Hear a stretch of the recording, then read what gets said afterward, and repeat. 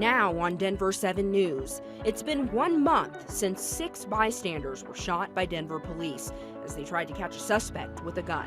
It's just hard to, I don't know if it would ever be the same physically and mentally. Now we're hearing their side of the story. Usually ADHD is thought of as something that children have. How doctors are finding that millions of adults are also living with it without realizing it. And nursing homes are looking for solutions for high staff turnover. Why the temporary workers that many facilities are turning to may not be the answer, and what may work instead. Plus, caught in the act. We hear from a Colorado family after they catch a burglar hanging outside their window.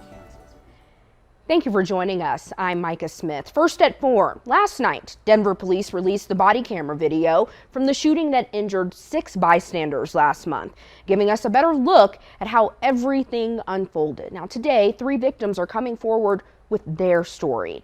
Denver 7's Amy Wada spoke with them, and Amy, they're each having similar reactions to this video.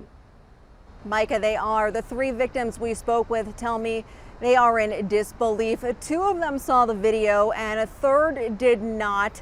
However, he says he will be watching that video. It's just a matter of time for him. Now, Yakalo Welda-Hewitt says his brother watched the video, watched the Denver police body camera video and surveillance footage from the Larimer Beer Hall and Halo camera for him. Welda-Hewitt was shot in the right upper arm. Meanwhile, while the other 2 victims we talked to, Bailey Alexander and Willis Small, the 4th, say they watched the footage right after it was released. Alexander says she was hit in the back and the bullet came out through her right upper arm. Small says he was hit in the side of his right foot. Now, all 3 victims have the same thing in common. They feel the officers who fired the shots were in the wrong. It's a little bit surreal. It's extremely disappointing considering the amount of lives, especially in my age range, that were right in that crossfire, and it's very surprising that it didn't end up any worse. Everything happened so quickly, and in one of the videos you can very clearly see that the suspect had dropped the weapon before shots were fired. And it just seems to me that no shots should have been fired at all that night. I'll eventually watch it, but right now I just don't feel comfortable mentally to watch it and process that information. While these victims say they know officers had to make a split-second decision when dealing with the suspect they were targeting in this case, 21-year-old Jordan Waddy, they feel they could have made better decisions here with a large crowd nearby. I asked these victims how they're doing physically and mentally. Physically, they say they are on the mend. They're not quite there yet, but mentally, they say it's going to take a long time to recover from that. These victims' attorneys say they have yet to file lawsuits. However, he says they are discussing some options when it comes to moving forward. Live downtown, Amy Wattis, Denver 7. Very important perspectives there, Amy. Thank you. Right before those videos were released, the Denver DA's office announced a grand jury investigation into the shooting. That grand jury will decide whether the DPD officers involved should be charged.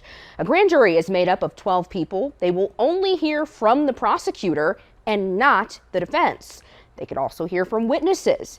Then they'll discuss whether there's enough evidence to indict anyone. Only 9 of the grand jurors have to agree on whether or not to charge the officers for there to be a decision. If the jury doesn't decide to charge the officers, it's called a no bill, and the officers won't have to go to trial. Keep in mind, the suspect has already been charged. A man caught on camera climbing into people's backyards and attempting to break in has several Denver neighborhoods on edge.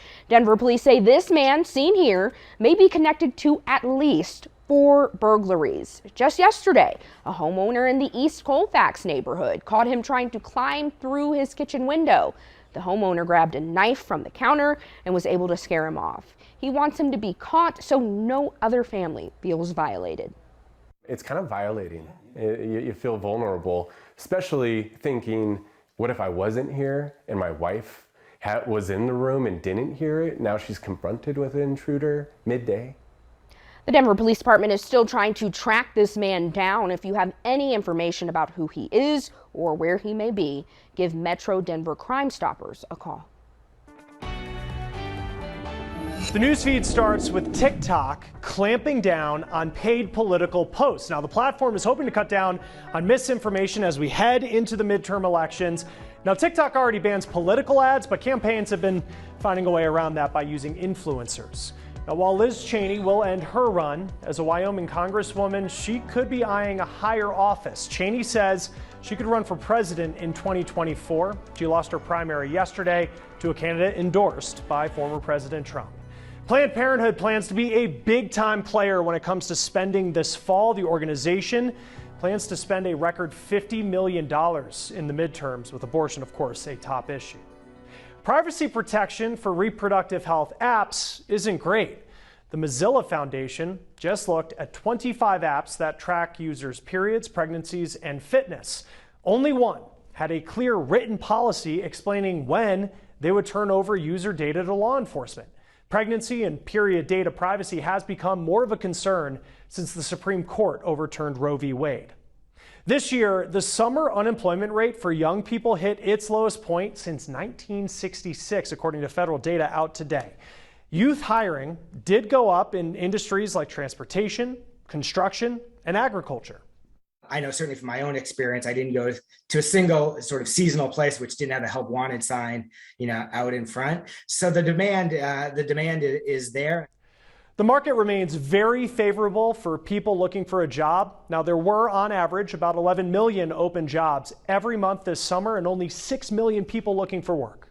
There still is a large gap between the number of people sort of looking for work and the amount of job postings that are out there. And it's going to take a while for those two things to come back into balance. Now, this reflects one major change since the pandemic. Fewer people are working and looking for work. Experts say that there are a number of factors for this, like health concerns or just people realizing that they don't need that income. Either way, the lack of available workers is a major reason that the jobs market is out of balance. Lowe's is giving its hourly frontline workers a bonus aimed at helping them as they deal with inflation. Company saying today that it plans to distribute $55 million in incremental bonuses. This comes as the company reported a drop in sales for the second quarter in a row. Payments on federal student loans that have been on pause for more than 2 years could restart in just 2 weeks. The signs that there could be new action from the government before then, and how you can prepare now. Also coming up, still waiting on your Tabor check. We check in with the governor's office. Plus, hitting the runway for a good cause, we get a preview of the ARC Thrift Gala.